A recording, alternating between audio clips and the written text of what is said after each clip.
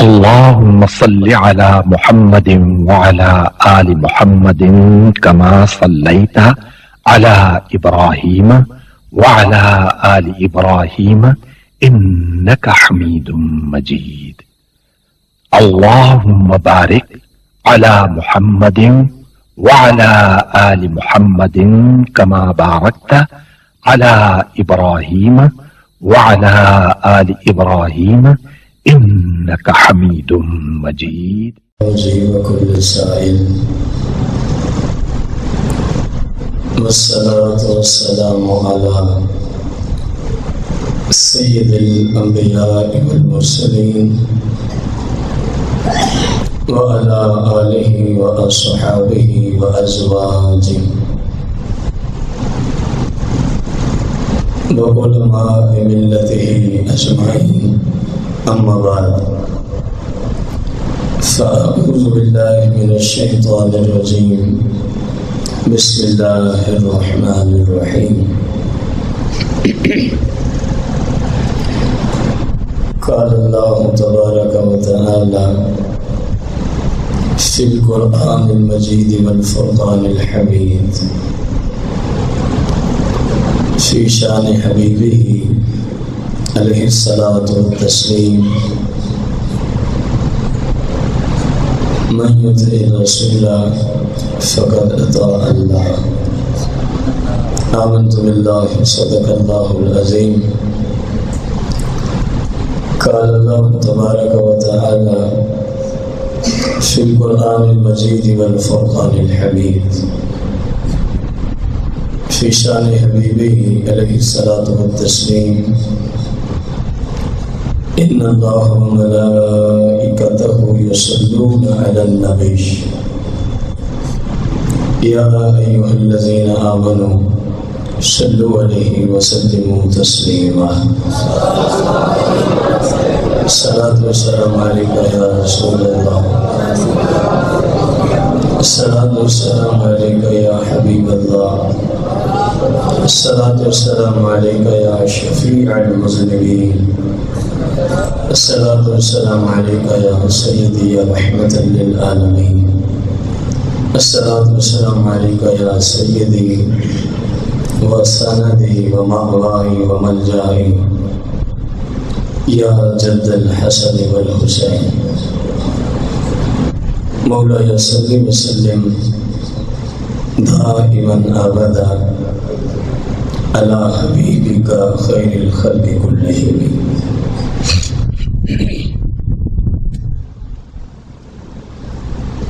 حمد و صلاۃ کے بعد آج 1438 ہجری یکم شوال المکرم عید الفطر کا دن ہے.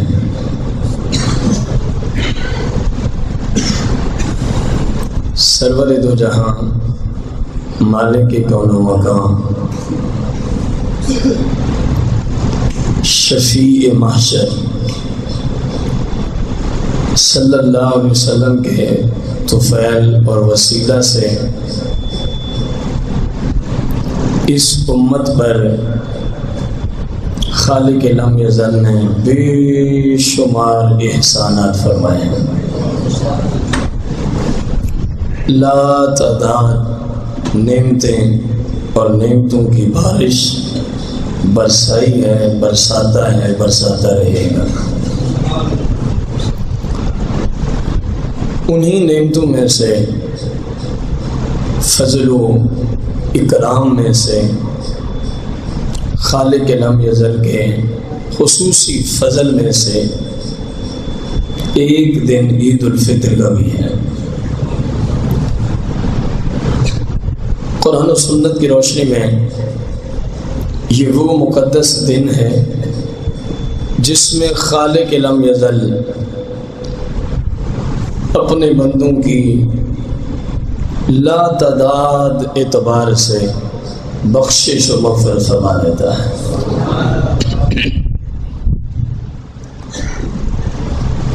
اور اس دن میں اس دن کی فضیلت، شان و شوکت کے حوالے سے مسلمان اگر کوئی دعا کرے تو رب اگر اس دعا کا تعلق قبر و آخرت سے ہو، بس یہ کرتا ہے وہ قبول فرما لیتا ہے،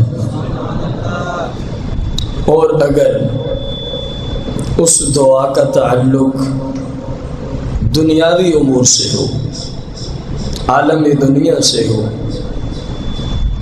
آقا کریم فرماتے ہیں کہ پھر وہ کمال نظر رحمت و شفقت سے ملاحظہ فرماتا ہے۔ اس کی وجہ کیونکہ انسان جو ہے نا، وَكَانَ الْإِنسَانُ عَجُولًا، انسان بہت جلد باز ہے۔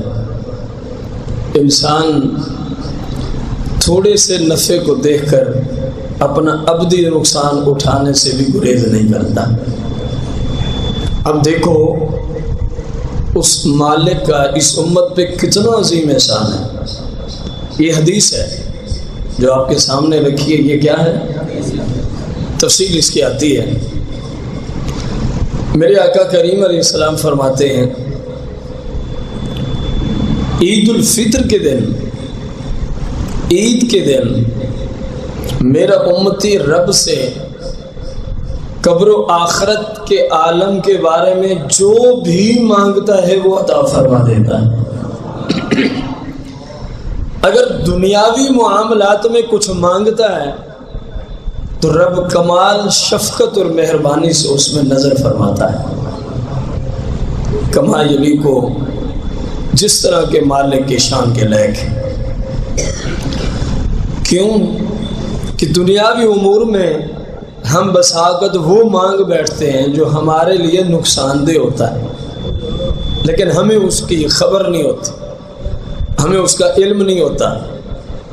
تو مالک کتنا مہربان ہے اس امت پہ، یہ وہ دینا نا جو مانگو قبول ہے، جو مانگو۔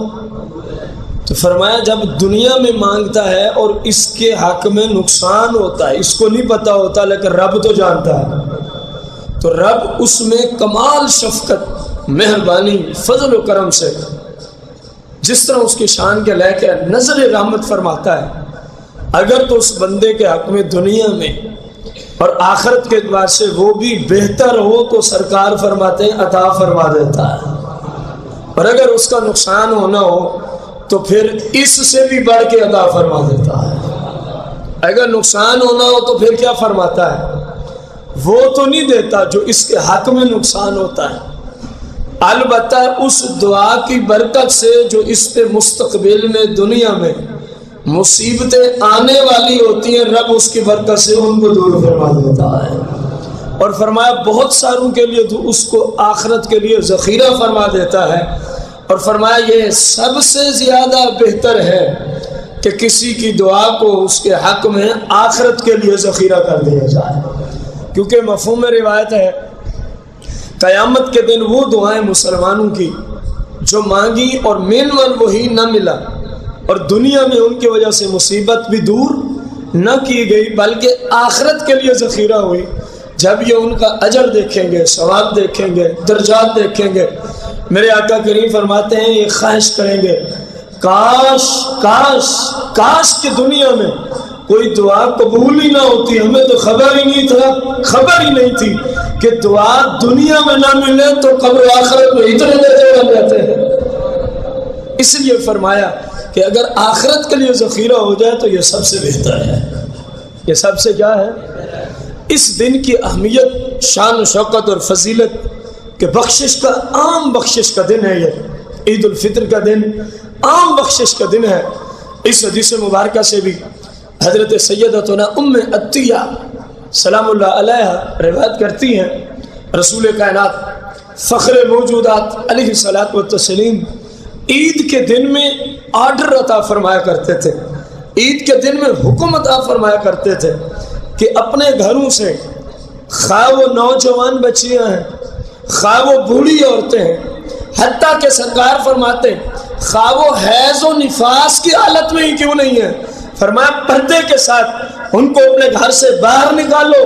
جب ہم دعا کریں گے یہ عظیم دن ہے, وہ مائیں بہنیں دعاؤں سے محروم کیوں رہے؟ فرمایا ان کو بھی دعا میں شریک کرو. حالانکہ حیض والی عورت پہ نماز نہیں ہے, نفاس والی عورت پہ نماز ہے, وہ تو مسجد میں داخل ہی نہیں ہو سکتی, چلے جا کے نماز پڑھے. لیکن اس کی فضیلت کے پیش نظر رسول کریم علیہ السلام حکم دیا کرتے تھے کہ پردے کی حالت میں پردہ نشینوں کو بھی لے آؤ, پردے کی حالت میں جو نماز پڑھ سکتی ہیں ان کو بھی لے آؤ, اور جن کو شریعت نے خاص مجبوری کی وجہ سے نماز سے روک دیا حیض و نفاس, میرے آقا فرماتے ان کو بھی لے آؤ.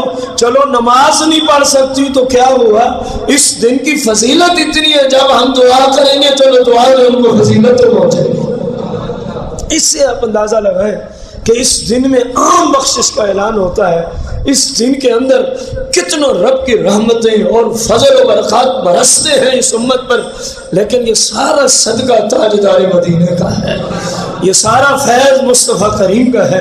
اور یہ نسبت جو آپ سے سچی نسبت ہے, یہ ساری فضیلتیں میسر بھی اسی مسلمان کو آتی ہیں جو آپ کا غلام بھی ہوتا ہے, جو آپ صلی اللہ علیہ وسلم سے نسبت بھی رکھتا ہے, جو آپ سے, آپ کے ازواج سے, آپ کے صحابہ سے, آپ کے آل پاک سے, عطرت پاک سے, ذریت پاک سے, پنتن پاک سے, حقیقی اولیاء سے جو آپ کے غلام محبت کرنے والے ہیں, یہ سارے فضائل و برکات رب انہی کو فرماتا ہے. اب اندازہ لگائیں, اتنے تک میرے آقا کریم آرڈر دیتے کہ ان کو بھی دعا کے اندر حاضر کرو, ان کو بھی دعا کے اندر کیا کرو, حاضر کرو.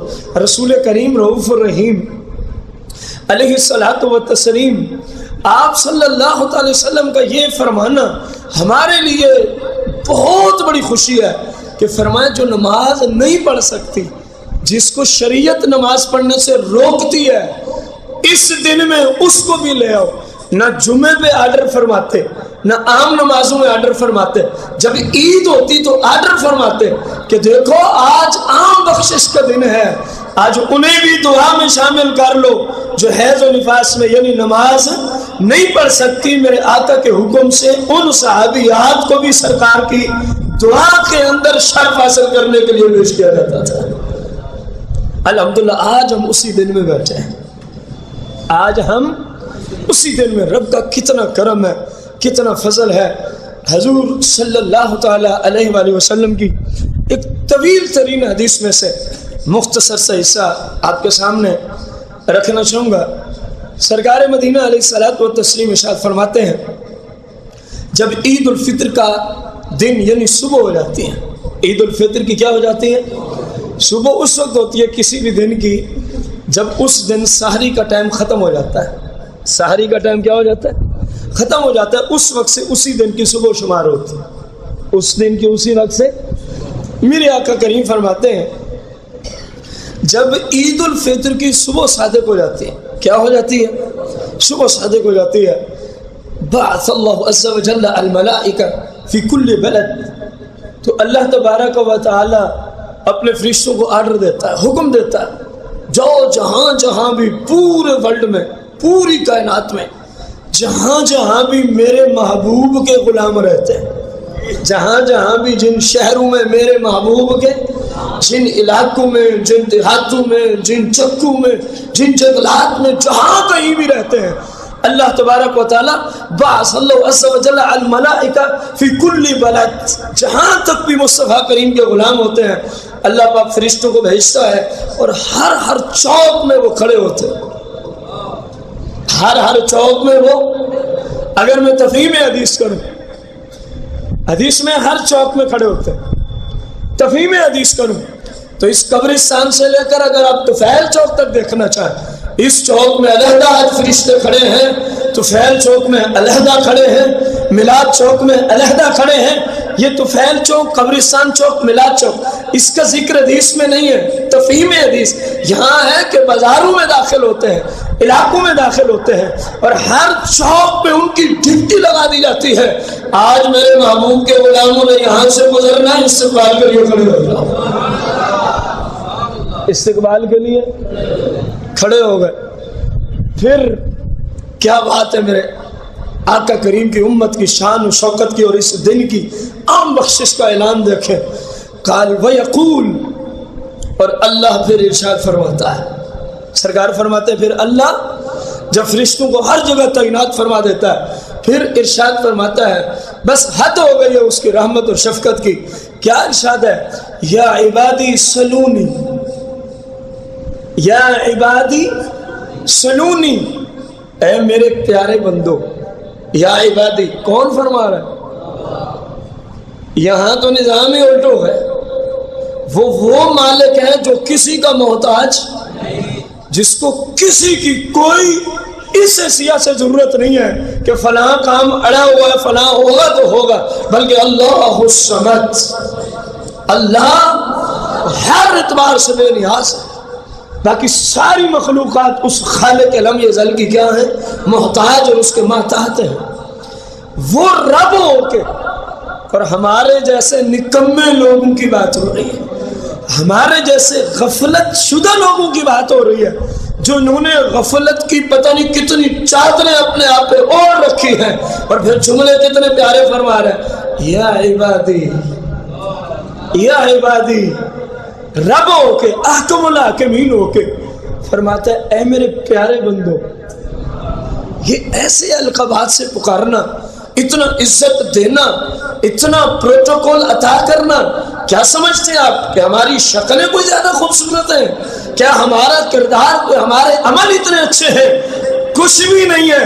یہ سارا فیض تاجدار مدینہ کا ہے، یہ آپ کی نسبت کا صدقہ ہے، یہ آپ کے نلین شریفین کے صدقے سے اس امت پر رب اتنا شفقت فرماتا ہے. آپ صلی اللہ علیہ وسلم نے امت پہ کرم کیا اور رب آپ کی وجہ سے اس امت پہ رحمت فرماتا ہے. کیا فرماتا ہے؟ دل کرے گا آپ بھی یہ جملہ بولیں، بڑا آسان سا جملہ. یا عبادی، اللہ کیا فرماتا ہے؟ اللہ کیا فرماتا ہے؟ اپنی زبان میں اس کا ترجمہ ہوتا ہے اے میرے پیارے بندو. یار مسلمان کے لیے اتنے کافی ہے کہ رب فرما رہا ہے میرا. بات کو سمجھنے کی کوشش کریں. یا عبادی، یا عبادی، اپنی طرف نسبت کر دی ہے. سرکار کے غلاموں کی اپنی جناب میں نسبت کی، فرمایا میرے بندو. بس حد ہو گئی. اس سے بڑھ کے کوئی شفقت میری سمجھ میں نہیں آتی کہ رب احکم الحاکم ہو کے فرما دے میرے بندو، میرے بندو. کتنا کمال شفقت ہے، کتنا کمال مہربانی ہے. لیکن سرکار کا صدقہ، سرکار مدینہ کا جب اتنی مہربانیاں، سب کچھ ہے ہی سرکار کا صدقہ، تو لامحالہ یہ شفقتیں، یہ مہربانیاں، یہ فضیلتیں، یہ انعامات، یہ درجات، یہ کرامات، یہ سب کچھ ملے گا بھی تو اسی کو ہونا جو سرکار کی نسبت اور فیض اور واسطے اور وسیلے کا کم از کم قائل تو ہونا.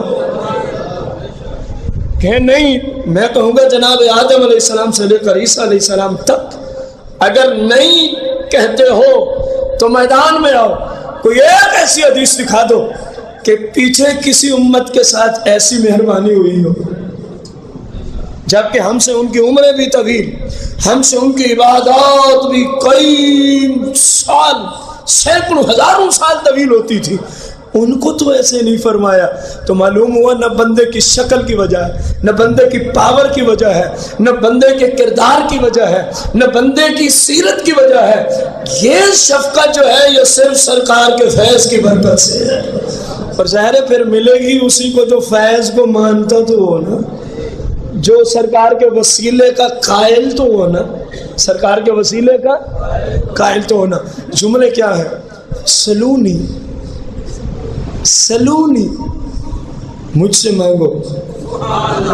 رب ہو کے اعلان فرما رہے سلونی، مجھ سے مانگو. رسول کائنات فخر موجودات علیہ السلام فرماتے ہیں اتنا ہی کافی تھا. سلونی، میرے بندو مجھ سے مانگو. اللہ فرما رہا ہے میرے بندو، اتنا ہی کافی تھا. لیکن سرور دو جہاں مالک کے کون و مکان علیہ السلام فرماتے ہیں، رب فرماتا ہے مجھے اپنی عزت کی قسم ہے. یا عبادی سلونی، یا عبادی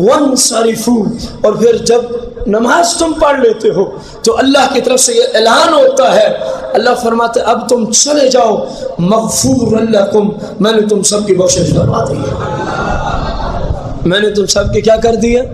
بخشش فرما دی ہے۔ اور اگلے جملے تو شاید اس سے بھی قیمتی ہوں، کیونکہ قرآن میں وَرِضْوَانٌ مِّنَ اللَّهِ اکبر، اور اللہ کی رضا ہر چیز سے بڑی ہے، ہر چیز سے۔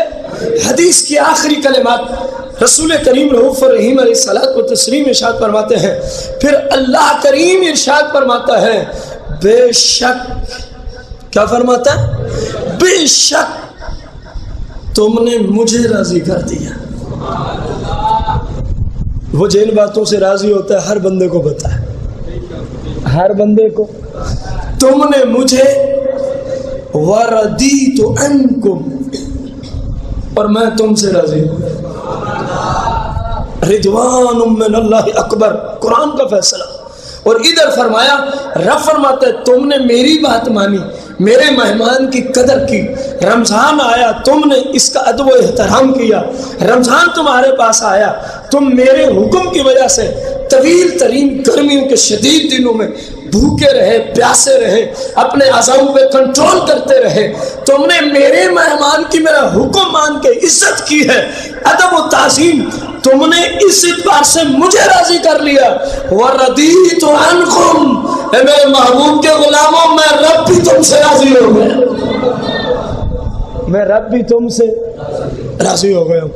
اب اندازہ لگائیں رسول کریم رؤوف الرحیم علیہ السلام نے اپنی امت کو کیسی کیسی خوشخبریاں عید الفطر کے حوالے سے عطا فرمائی ہیں۔ رسول کائنات، فخر موجودات، مالک کون و مکان، سرور دو جہاں صلی اللہ علیہ وسلم کی آج کے درس حدیث میں چوتھی حدیث مبارکہ ہے، اور آج کے درس کی آخری حدیث مبارکہ ہے۔ عن سعد بن اوس الانصاری رضی اللہ تعالی عنہ عن ابيه رضي الله عنه قال قال رسول الله صلى الله عليه وسلم اذا كان يوم عيد الفطر وقفت الملائكه على ابواب الطرق فنادوا، اللہ کے پیارے محبوب علیہ السلام فرماتے ہیں، یہ مفہوم پچھلی حدیث میں بھی گزرا ہے، جس حدیث کے حصے کو میں نے ابھی تلاوت کی۔ جب عید الفطر کا دن ہوتا ہے تو اللہ تبارک و تعالیٰ فرشتوں کو بھیجتا ہے، وہ ہر راستے کے چوکوں میں آ کے کھڑے ہو جاتے ہیں، چوکوں میں آ کے کھڑے ہو جاتے ہیں۔ فنادوا، پھر وہ آواز لگاتے ہیں، اعلان کرتے ہیں، وہ اعلان کر رہے ہیں، اعلان کر رہے ہیں، کیا اعلان کرتے ہیں؟ یا معاشر المسلمین الی رب کریم یمن بالخیر، اللہ کریم کے فرشتے آ کے چوکوں میں آج اعلان کر رہے ہیں، اور اللہ تبارک و تعالیٰ کی طرف سے ان کو اعلان یہ ملتا ہے، اے اللہ کے بندو، یا معاشر المسلمین، اے مسلمانوں کا گروہ، چلو اپنے رب کریم کی بارگاہ میں۔ گویا آپ کو عید کی طرف بلانے کے لیے فرشتوں کی ڈیوٹیاں لگی ہوئی ہیں، چلو اپنے رب کریم کی بارگاہ میں چلو، الی رب کریم یمن بالخیر، یمن بالخیر، اس کی طرف چلو جو خیر کثیر کی توفیق دینے والا ہے، جو خیر کثیر کی کیا دینے والا ہے؟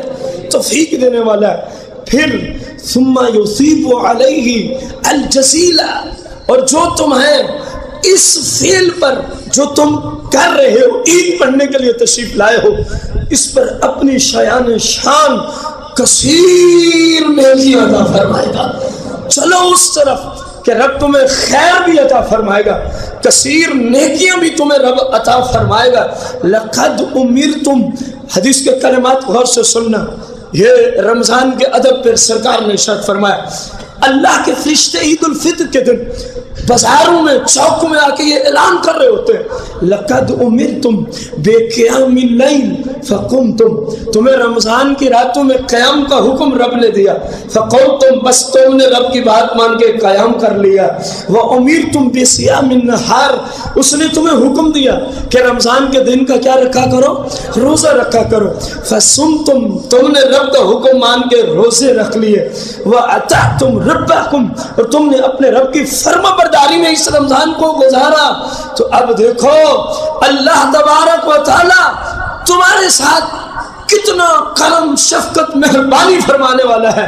فَإِذَا صَلُّوا نَادَى مُنَادٍ، اور جب یہ نماز پڑھ لیتے ہیں نماز عید، أَلَا إِنَّ رَبَّكُمْ قَدْ غَفَرَ لَكُمْ فَارْجِعُوا رَاشِدِينَ إِلَىٰ رِحَالِكُمْ فَهُوَ يَوْمُ الْجَائِزَةِ. اللہ کے پیارے محبوب علیہ السلام فرماتے ہیں، فرشتے یہ اعلان کر رہے ہوتے ہیں، أَلَا إِنَّ رَبَّكُمْ. اللہ عربی گرامر میں آتا ہے کسی کو متنبہ کرنے کے لیے، کسی کو ہوشیار کرنے کے لیے. فرشتے اعلان کر رہے ہیں، مسلمانوں ہوشیار ہو جاؤ، مسلمانوں متنبہ ہو جاؤ. اے محبوب کی عزت پہ مر مٹنے والے مسلمانوں متنبہ ہو جاؤ. اے مصطفیٰ کریم سے محبت کرنے والے مسلمانوں متنبہ ہو جاؤ. اے سرکار کے والدین، ازواج، صحابہ، اہل بیت، پنجتن پاک، حقیقی اولیاء سے الفت اور محبت اور پیار کرنے والے مسلمانوں کیا ہو جاؤ، کیونکہ یہ فیض ملتا ہی نہیں کو ہے. جس کا یہ نظریہ نہیں اس کو کچھ بھی نہیں ملتا سوائے لعنت کے. بھلے اتنے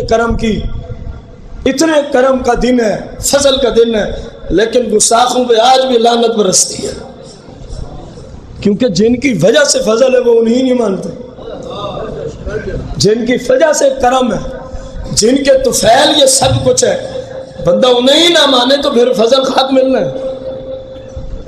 اللہ کریم کے فرشتے اعلان کر رہے ہیں، ان ربکم، بے شک تمہارے رب نے، بے شک تمہارے رب نے، قد غفر لکم، تم سب کی بخشش فرما دی.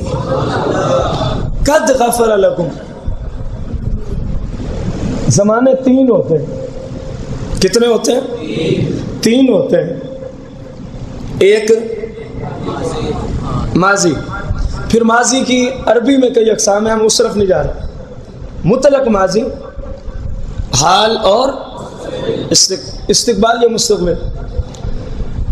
اب جو بخشش اور جنت میں جانے کا نظام ہے اس کا تعلق ماضی سے ہے یا مستقبل سے ہے؟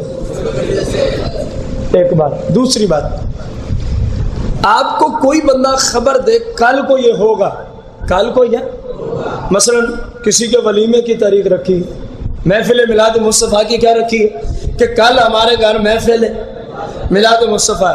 اگرچہ ٹھیک ہے لیکن اس میں ابھی بھی ابہام ہے، تردد ہے، شک ہے، ڈاؤٹ ہے، پتہ نہیں کل آئے گی ہوگی کہ کئی مسائل بن جاتے ہیں، تاریخیں رکھی ہوتی ہیں، کام نہیں ہوتا.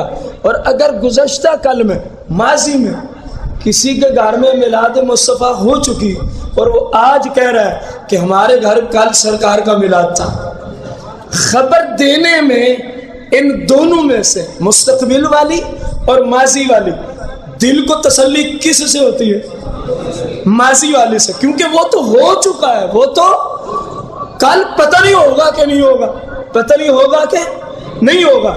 جنت میں جانا تو مستقبل میں تھا، لیکن بندوں کو تسلی کیسے دیتا ہے، بندوں پہ شفقت کیسے فرماتا ہے. مستقبل کا صیغہ نہیں لوٹایا بلکہ فرمایا قد غفرا، اور یہ غفرا فعل ماضی ہے. فرمایا جیسے کوئی کام ماضی میں ہو جائے نا تو ذہن پختہ ہو جاتا ہے، ایسے ہی سمجھ لو گویا ہم نے تمہاری بخشش کر ہی دی.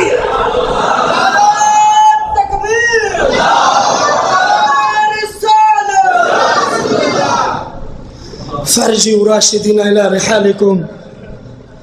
اب ہدایت کے راستوں پہ چلتے ہوئے اپنے گھروں کو لوٹ جاؤ، اپنے گھروں کو.